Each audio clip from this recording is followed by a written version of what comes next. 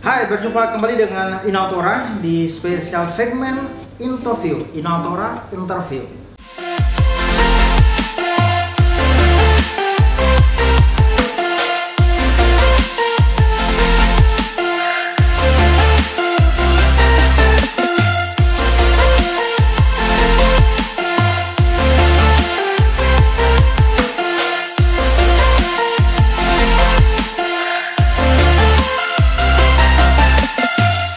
Ya, senang sekali hari ini saya mendatangi seorang figur remaja, milenial lebih tepatnya, tapi menurut saya cukup inspiring sekali. Kenapa? Karena ada satu yang menjadi titik poin kenapa saya mau interview dia.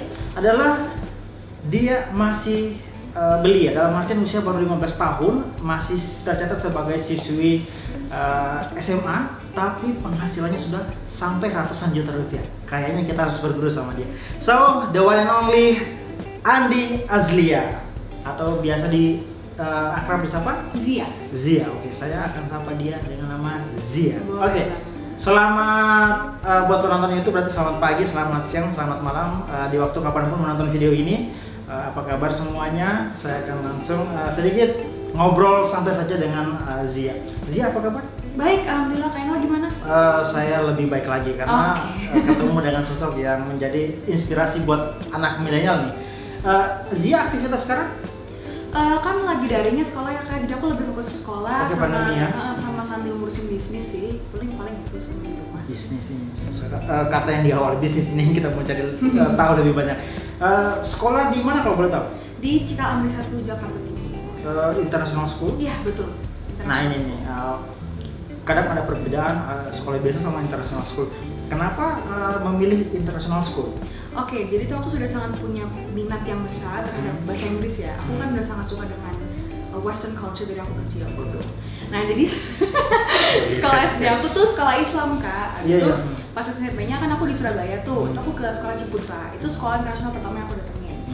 Di situ tuh aku belajar banyak banget sistem baru ya pastinya kan, misalnya internasional sama sekolah swasta kan beda. Aku belajar jadi ada kayak pelajaran baru, ada sistem baru, teman-teman baru dari berbagai macam pelosok dan juga asal-asal mereka pastinya kan. Aku sangat tertarik dengan diversity-nya, keberagamannya, betul sekali. Aku sangat-sangat tertarik akan hal itu dan akhirnya pas aku pindah ke Jakarta ikut papa, aku sekolah di Cikaamri 1 juga sekolah internasional. BTW di international school itu ada jurusan-jurusan tertentu atau seperti sekolah pada umumnya? Oke, jadi itu dibagi menjadi tiga tahap ya. Ada PYP, MYP, DP. Kita akan kupas sekarang juga ya teman-teman. Oke, jadi PYP itu untuk SD, elementary school. MYP itu SMP sampai SMA.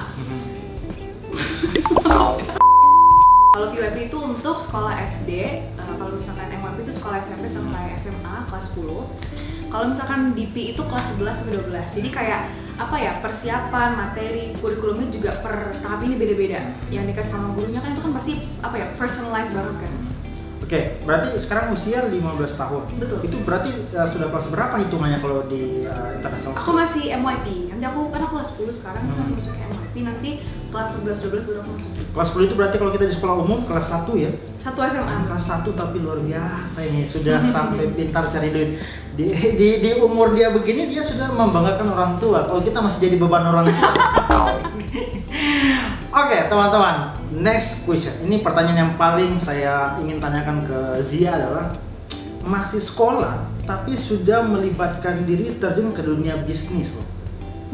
Itu bagaimana mengelola itu? Kenapa sampai muncul minat itu? Apakah dari international school minat itu ada atau memang dari sebelum ikut Papa ke Jakarta sudah ada memang saya mau cari duit sendiri? Oke, mungkin aku mulai dari fashionnya dulu kali ya. Jadi kayak ketertarikan aku terhadap fashion. Aku tuh udah sangat tertarik dengan bidang itu dari aku mulai SD. Aku udah suka banget kayak namanya mix and match baju, terus habis itu styling orang lain yang di sekitar aku kayak gitu. Dan itu tuh tumbuh aku beranjak dewasa gitu loh Kak. Dari aku SD sampai ke SMP sampai ke SMA. Cuman aku ada ide bisnisnya tuh belum matang sampai pas aku di SMP. Karena masih ilmunya belum punya saat itu. Belum kan. Aku masih hitungannya kecil waktu itu kan. Nah, abis itu akhirnya jadi pas SMP aku udah mulai kepikiran untuk bikin bisnis, cuman belum eksekusikan karena aku juga masih aku baru masuk banget, aku baru kayak settling in digital, jadi aku belum kepikiran buat bisnis. Nah terus habis itu pas pandemi ini bulan Maret aku kepikiran untuk bikin bisnis Kak. Jadi tuh di kelas 10 ini aku ada yang namanya personal project. Itu dimana setiap siswa bisa membuat project berdasarkan passion dan minat mereka. Itu tadinya Labita ini pengen aku buat jadiin. Oh sudah punya brand? Apanya? Sudah punya brand? Sudah. Menentukan brand itu lebih awal dulu atau sambil on process? On process sih, jadi banyak banget kayak brainstorming, riset, source searching yang aku harus lakuin semenjak aku. Akhirnya nama brand yang keluar Labita The Label. Labita The Label. Itu ada Instagramnya ya? Ada. Labita The Label. Dan kalau boleh tahu, kenapa akhirnya memilih fashion? Saya sempat intip sebenarnya di postingan manajernya. Ada desain-desain baju yang menurut saya sangat apa ya istilahnya, kalau itu genrenya apa sih kalau fashion seperti itu? Kain daerah mungkin ya? Iya, maksudnya etnik tapi etnik, sangat modern. Ya, oke. Itu kan maksudnya jarang sekali anak muda yang punya andil mengambil brand fashion tapi yang mengambil etnis daerah.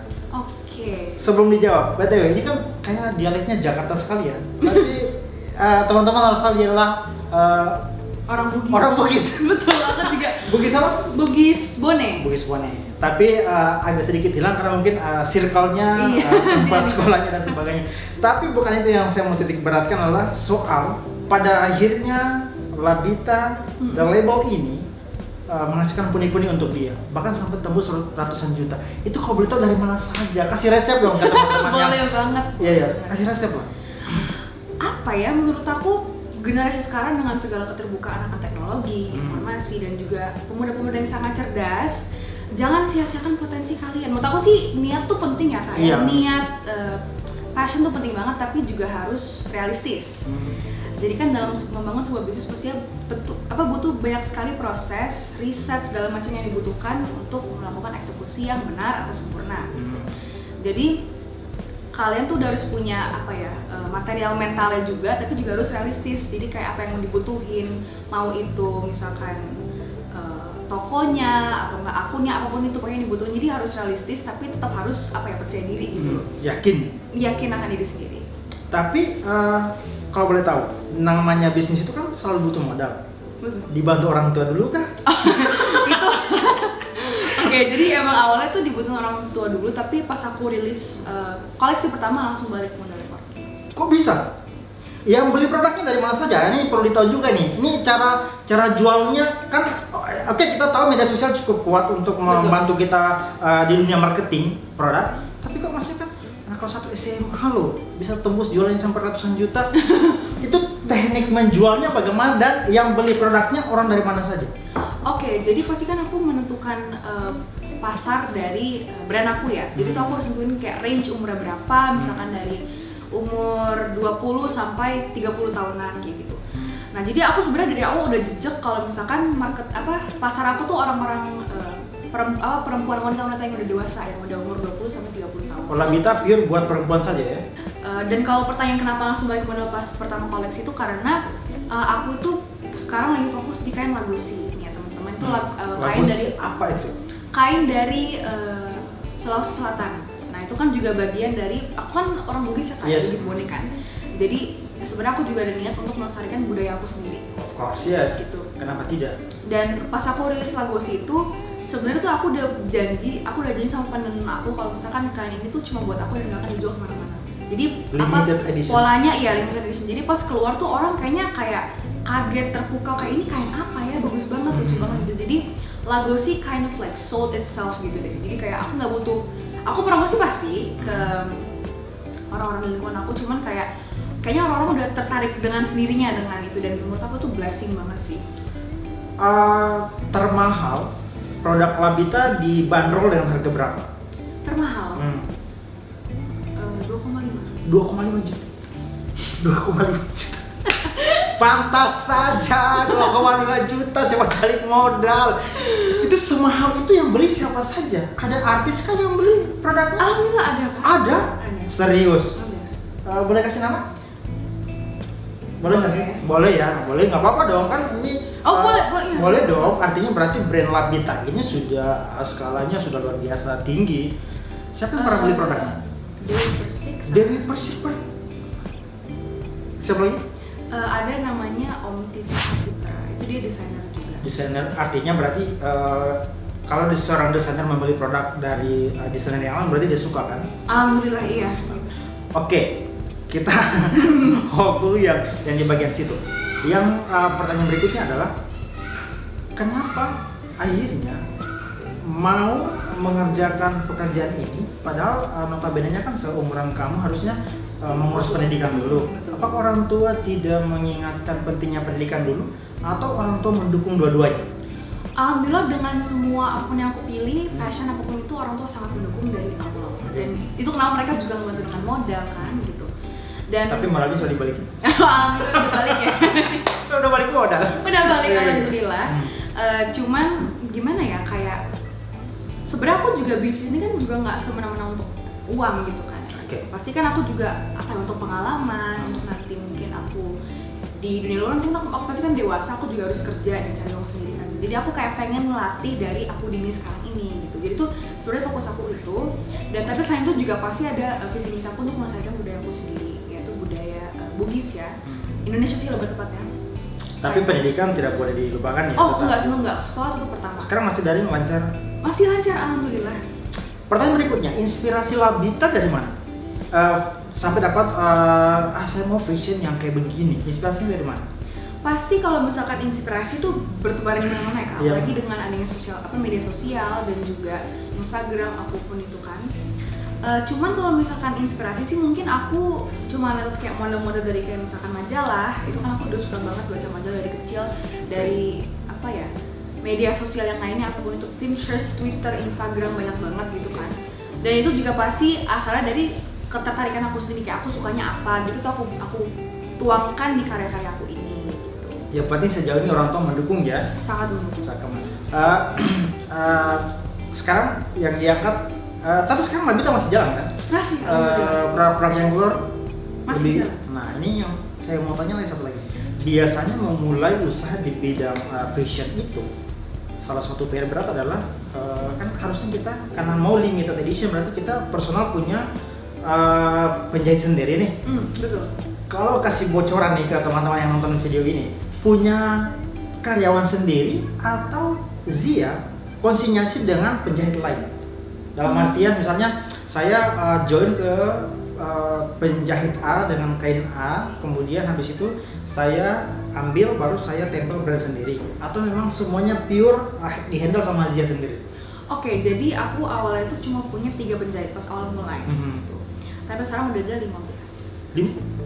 Nah, dari 3 jadi 15 itu berarti sehari bisa menyelesaikan satu produk atau butuh berhari-hari? Nah, alhamdulillah apa ya, mungkin kayaknya aku juga ketemu penjahit yang sangat cekatan, yang apa ya, efektif, jadi kerjanya enak bareng gitu. Tapi untuk masalah media sosial, terus handle apa ya, admin WA atau Instagram itu aku semua. Jadi sebenarnya aku sama penjahit aku doang. Tapi selain yang saya tuh kayak CEO, founder apa semua tuh aku yang pegang. Marketing saat ini yang gerakan masih sendiri? Sendiri. Serius? Iya. Dengan sekolah semua bisa dihandle sendiri? Alhamdulillah bisa. Sendiri, one man show, bukan berarti one woman show. Luar biasa, semua bisa, tidak terganggu dengan pendidikan? Enggak, alhamdulillah. Nah ini teman-teman yang harus ditiru bahwa walaupun dia masih umurnya belasan, masih siswa tercatat siswa kelas 10, tapi dia bisa menghandle semuanya. Ini pekerjaan yang luar biasa berat. Tapi sih saya berharap kedepannya Zia melibatkan orang-orang, dalam artian Zia membuka lapangan kerja untuk orang-orang kan. Betul. Kita percaya Labita The Label next akan berekspansi di fashion laki-laki. Oke itu, dan saya mau coba jadi brand ambassador. Bisa, itu bisa dibicarakan. Seperti sekarang kan saya suka pakai yang etnik. Koleksi saya cukup banyak yang etnis. Siapa tahu Labita akhirnya melebarkan sayap ke fashion laki-laki, kenapa tidak kan? Melibatkan. Oke, siap. Berikutnya, saya sempat baca-baca sedikit nih profilnya Zia di Instagram dan di beberapa media sosial yang di-share. Ternyata selain kesibukan di sekolah, kemudian urus pekerjaan bisnis yang tadi ya, ternyata juga punya minat di ini ya. Saya pernah lihat di majalah Gadis atau Gadis Sampul, kalau saya tolong dibenarkan? Benar. Gadis Sampul. Gadis Sampul, ya Gadis Sampul. Kalau boleh tahu itu dia apa? Dunia modeling atau apa? Oke, jadi Gadis Sampul itu sebuah platform dan juga apa ya, semacam kayak bisa bilang agensi mungkin ya, yang kayak nanti jadi kayak ada sangat banyak sekali perempuan dari berbagai pelosok di Indonesia yang daftar untuk masuk, dan tuh banyak sekali kriterianya ya Kak. Jadi bukan cuma kayak dari misalkan fisik, nggak cuma itu doang. Dilihat dari cara berbicara, cara membawa diri, habis itu ke kreativitasnya tuh kayak gitu.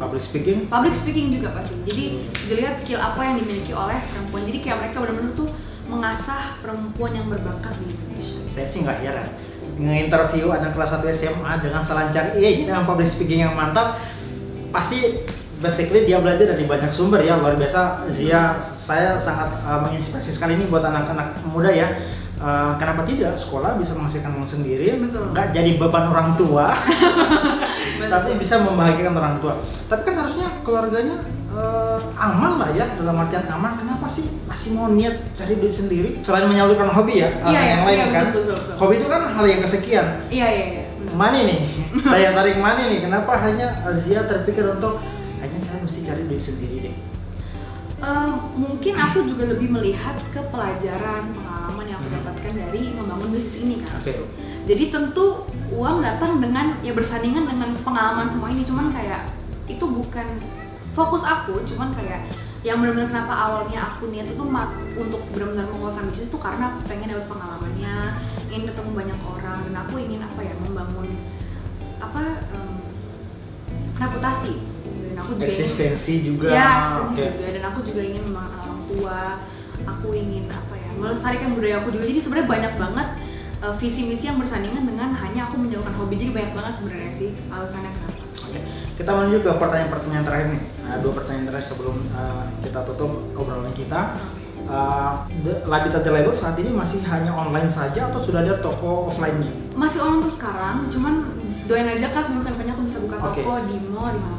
Karena jujur saja walaupun sebenarnya media sosial cukup gampang kita jangkau untuk beli produk, tapi kan bisa juga ada orang yang nggak terlalu nyaman dengan online karena takutnya nanti size-nya beda dan sebagainya. Betul, pengen lihat langsung kualitasnya dan sebagainya, pengen interaksi langsung dengan pemiliknya, kenapa tidak? Hobi apa sih sebenarnya selain di hobi fashion? Aku suka nyanyi.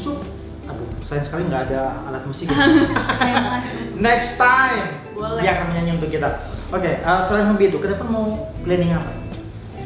Mungkin aku untuk sekarang pasti kan fokus ke bisnis ya. Cuman kalau misalkan nanya kayak plan aku ke depannya gimana, aku akan pastinya tadi membuka lowongan kerja untuk itu challenge juga ya buat Zia bahwa ke depan jangan cuma sendiri tapi membuka lapangan pekerjaan buat orang lain. Karena juga aku awalnya pilih untuk sendiri karena aku ingin langsung terjun sendiri dulu Kak. Gitu kayak tahu banget. Iya, karena kalau misalnya nanti ke depan aku membuka lowongan kerja kan pastinya aku yang harus menghandle semuanya sistemnya. Jadi aku yang harus tahu benar ini tuh kayak gimana sih cycle-nya gitu. Jadi ketika aku nanti udah rekrut orang tuh aku tinggal ngomong gini-gini. Jadi aku nggak lebih gampang ya? Lebih gampang ngomongnya gitu. Jadi aku terjun sendiri dulu kayak gitu.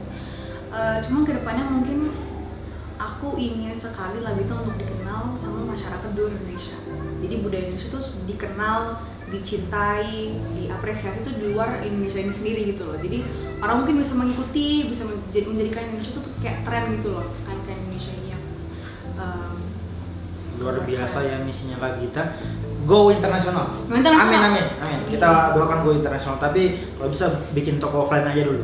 Ke depan misinya kan selain membangun tadi ya kerajaan bisnisnya, pengen juga tokonya bukan cuma online tapi offline. Nah, ke depan mau ikut apa lagi nih? Ajang pencarian bakat kayak atau apa gitu? Ada, jadi aku pengen mengikuti ajang Putri Indonesia. Why? Karena gimana ya, soalnya kan masa dengan Putri Indonesia kan aku bisa membangun reputasi dan itu juga menjadi sebuah manfaat untuk Labita ini gitu kan. Nah, jadi aku juga ingin mendapat pengalaman, membangun jaringan pertemanan, dan insya Allah kan pasti kalau misalnya aku masuk ke ajang itu aku akan bertemu dengan orang-orang yang luar biasa. Itu juga bisa menjadi manfaat tersendiri untuk aku gitu. Jadi pengalaman sih kalau gitu. Kita doakan semua target-targetnya Zia dapat tercapai ya. Amin. Sergio, terima kasih nih sudah meluangkan waktunya untuk diinterview teman-teman yang nonton video ini. Setidaknya ada beberapa hal yang bisa kita ambil. Salah satunya adalah tentang bagaimana masa remaja itu sebenarnya bukan cuma pure hangout, rebahan, have fun, tapi bisa dimanfaatkan. Pandemi bukan alasan untuk diam di rumah. Terbukti Zia memanfaatkan waktunya untuk berbisnis hasilnya juga luar biasa, ratusan juta. Kayaknya ke depan saya ingin terlibat dengan dia, minimal tidak dapat callingan Kalau bisa produk Labita The Label next untuk fashion pria. Oke, baik. Terima kasih Zia, dan sukses juga untuk Labita The Labelnya. Kita doakan semoga semua mimpi-mimpinya segera dicapai. Amin, terima kasih. Baik, terima kasih untuk obrolan kita di interview. Terima kasih untuk kebersamaan kita. Sampai bersua di video-video selanjutnya. Saya Antara pamit. Jangan lupa di komen, like, dan subscribe. Thank you, bye.